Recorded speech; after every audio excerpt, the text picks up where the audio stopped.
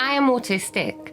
I was diagnosed autistic when I was 27, I'm 32 now, and my son is autistic too, but we are very different autistics. Autism is currently understood social, communication, and sensory cognition. Whilst all that is true, the triad of impairments has barely scraped the surface of who autistic people actually are and why are we different. To be autistic, it is a difference of the brain. It's a difference of our nervous system, therefore. That is why you will see autistic people behaving, thinking, learning, communicating different traits from the predominant neurotype. Autism, how it is currently predominantly understood today, and to my horror, it's understood as a disorder or a disease, a genetic mutation, a thing to be feared within itself.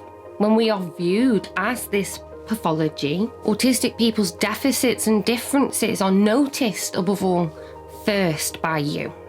What is going on inside? Because psychology only ever theorized it.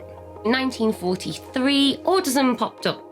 Those autistics with the most profound needs were identified first by Leo Kanner. Kanner was looking at and identifying autistics with complex physical co-concurrent comorbid conditions who could not communicate or communicated non-traditionally, whereas Hans Asperger's was studying the verbal autistics with rigid special interests, the little professors, and thus the idea of a spectrum was born by these two competing psychiatrists. It was a brand new disorder. Lorna Wing broadened the spectrum in the 80s when she gave weight and credit that autistic women and non-binary autistic people existed too. Autism was not a form of male-only psychosis. Rather than seeing autism as a spectrum, a linear line, I think of it as a sphere and I look at it holistically. What is the autistic person's needs? Do they have a severe co-concurrent condition? Because that will impact everything. Their behaviour, their communication, their sensory system, their mental health. It will impact everything. Being autistic for me, let's start with sensory, because the sensory really does impact everything. Autistic sensory systems are incredible. They're incredibly overwhelming. Eyes, ears, smell, taste, touch, balance is how we sense the world around us.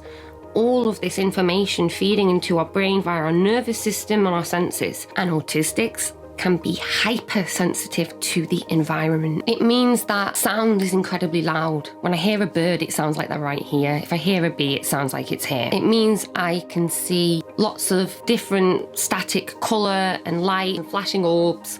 It means I am incredibly sensitive, and some days I can be so numb I can't even feel myself. So our sensory systems can swing and fill up, and sometimes we can explode if we become overloaded. Therefore, our behaviour can come across quite strange. Often we can be trying to regulate our sensory systems. As a child, I'd run up and down, run up and down, run up and down, take pictures of people's faces in and out, in and out, in and out. Photographing people's faces and laughing at them. Very visual thinker, just get lost in what is called stimming. Stimming is moving around like this. It's expressing ourselves essentially. Repetitive, stimulating behaviours, they call them. Autistics who have no language rely on stims.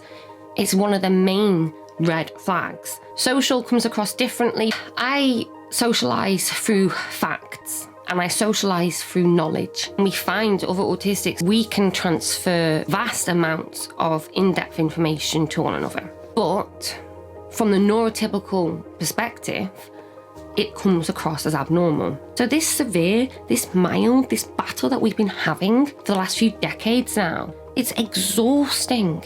Autism has been on a journey, and it still is on a journey. The next stage is for people to really understand what the medical pathology narrative has done to this community.